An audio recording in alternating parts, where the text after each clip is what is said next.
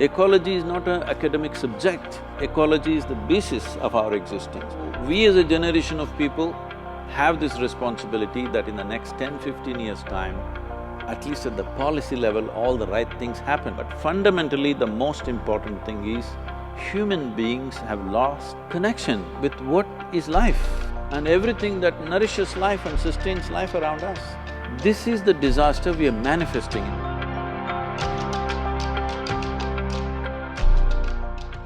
I wondered if you could talk to the kind of leadership you think is required to generate this kind of concern around conservation and the environment. The reason why I see that ecological concerns have not become everybody's concern is simply because activists have been taking an attitude of being against everything that is for economic well-being. We've always pitched economy versus ecology. That's a fundamental thing that I wanted to change in India.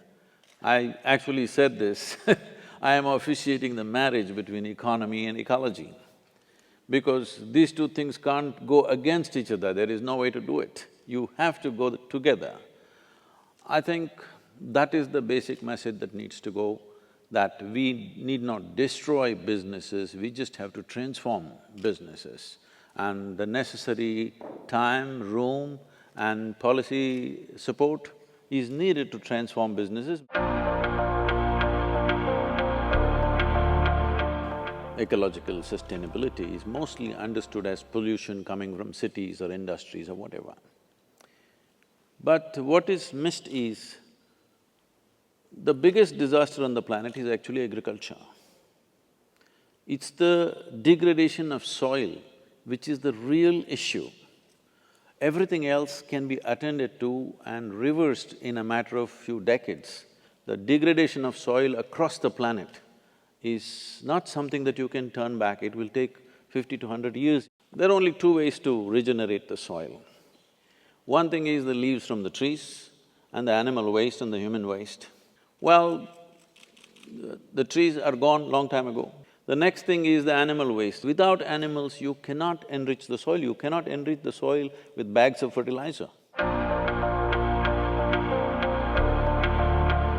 I wondered whether, in the relationships, in the ecosystems around us, you see a certain spiritual process in conserving the environment. Essentially, spiritual means your experience of life has gone beyond your physical self. So if you experience yourself beyond this body, what will be your experience? Naturally, it'll be an inclusion of life around you. So what I exhale, the trees are inhaling, what the trees exhale, I'm inhaling every moment of our life. But somehow we are going around without any consciousness about this. So spiritual process is not aimed towards ecology, but ecology is just a part of our existence. Ecology is not an academic subject, ecology is the basis of our existence. To bring this experience to people large scale is very, very important, because you can teach as much as you want, you can campaign as much as you want, but people shape their lives according to their experience of life.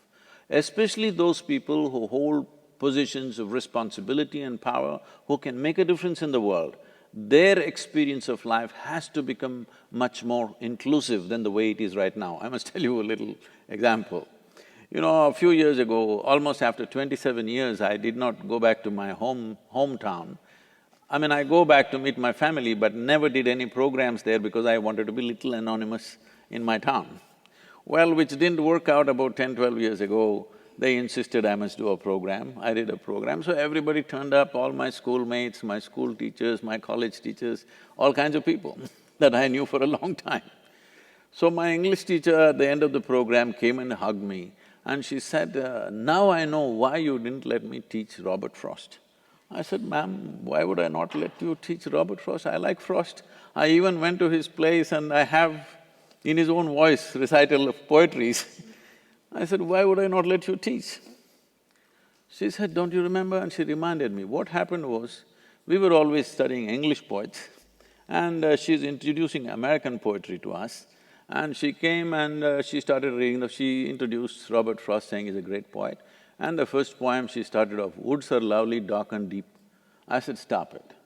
I don't want to listen to this man who calls tree a wood." She said, "No, no, Robert Frost is… I said, "I don't care how great he is. A man who calls tree a wood, I'm not going to listen to that guy." So this is just like a tiger looks at you and thinks breakfast. Breakfast, yeah. So this has to change in our mind. A tree is not a table, a tree is not a chair, a tree is not furniture. A tree is a phenomenal life and it's a basis of our life. This has to become a living experience for everybody. Only then there will be sustainability. Do individuals need to alter their attitudes towards consumption, or are there larger solutions needed? The individual people are powerful today.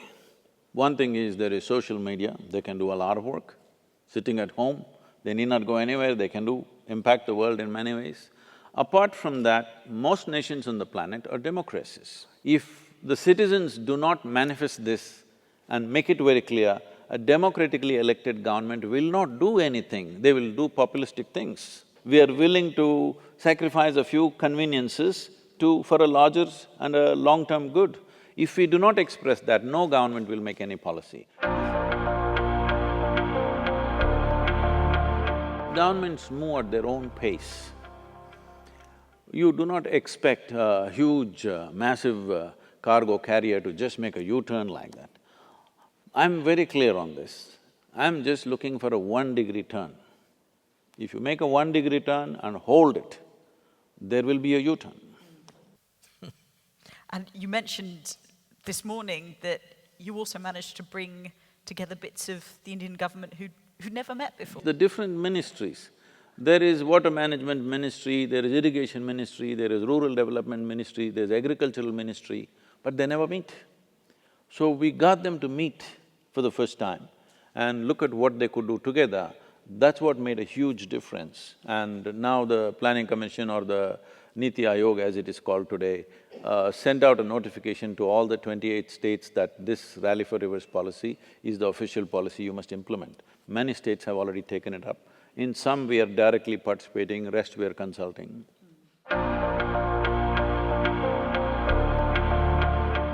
I'm trying to talk to a lot of activists and tell them the problems that they're protesting against.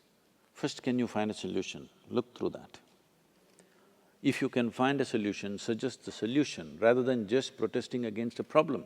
For example, all these soft drink manufacturers, where single-use plastic is going around, they shifted from bottles to plastic because it was far more convenient for them. The reason why you cannot recycle this bottle easily is because there is a paper label. So we started doing a little bit of research. What is the solution? How can we print on this? So there is a company in Chicago who's manufacturing a certain kind of dye which will come out just like paper label on the plastic. If you do that one thing, all these plastic bottles can go in for recycling. A business which is using this and they know it is a major polluting factor, they can suggest, see, this is the change, if you give us some incentives, we will shift. So the business has to collaborate with the government to suggest, see, these are the changes we would like to make, but we want this kind of policy benefits. Our idea of what is profit, what is a successful business, has to go through some transformation. It's not one day's job, it needs to happen over a period of time. Definitely it's happening. Today, a whole lot of businesses are looking at how they can impact ecological sustainability. This was simply absent 25 years ago. They're investing in this direction. Once people put their money in a direction, you can trust that they have intentions. See, the next 25 years probably in the history of humanity is going to be very crucial in terms of what kind of corrections we make.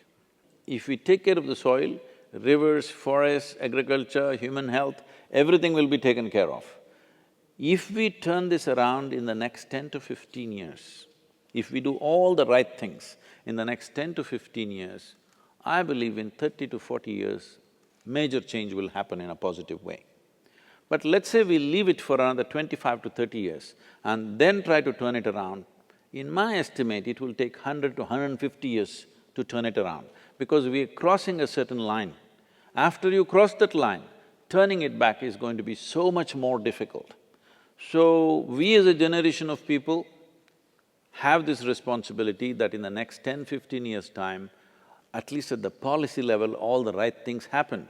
Why I'm insisting on the policy is, only when there is a policy change, the budgetary allocations are there and a sustained movement towards that is there. Particularly major populations in the world like United States, Europe, China, India, if we make the right policies right now in the next few years, within the next 3 to 5 years, I would say, then I think the rest of the world will follow. One major advantage for Asia is we are very sun-rich. So, harnessing solar energy is going to be a major thing. Technologies still need to go further, but there are many solutions coming forth. I think this entire system that we went into starting from early 20th century, this power distribution grids, this must go. Power must be generated where it is used. Right now, you will see in any city probably… because yesterday I drove into Kuala Lumpur around 9 p.m. and every road was jammed. What's happening in every city is, those who live there work here, those who live here work there. I don't understand why. So these are simple changes we can make. So I designed what's called as one building cities. We insist on calling them cities. I'm talking about 50 acres of land, you build only 1 acre, 50 floors, and rest 49 acres you just leave it, make it forested, make it water bodies. No waste going out of this land, easily it can be done, people will live much better. Everything can be right there, they can live there, they can work there, children can go to school there, they can shop there. Once a week if you want to go out somewhere, you can go, but daily there is no need to pull out your automobile. Before we launched the Rally for Rivers, our project Green Hands had planted a little over 33 million trees, which has changed the green cover in one state. But now with Rally for Rivers, we have signed MOUs with 6 different states in the next 8 years for nearly 7 billion trees. And this is government funded and most of it is going to be done by the governments. Many states have already announced one kilometer along the riverside they're planting, but now 62 to 64% of the land is owned by the farmers. You're not going to talk to them about ecological sustainability because they're just struggling for a livelihood. So we have created what is called as agro-forestry, with which we have shown that easily you can multiply your income 3 to 5 times in a matter of 5 years if you shift. Fundamentally, the most important thing is human beings have lost connection with what is life and everything that nourishes life and sustains life around us. This is the disaster we are manifesting in the form of ecological thing. But the fundamental thing is, we have become psychological beings, not living beings. We have to transform them into living beings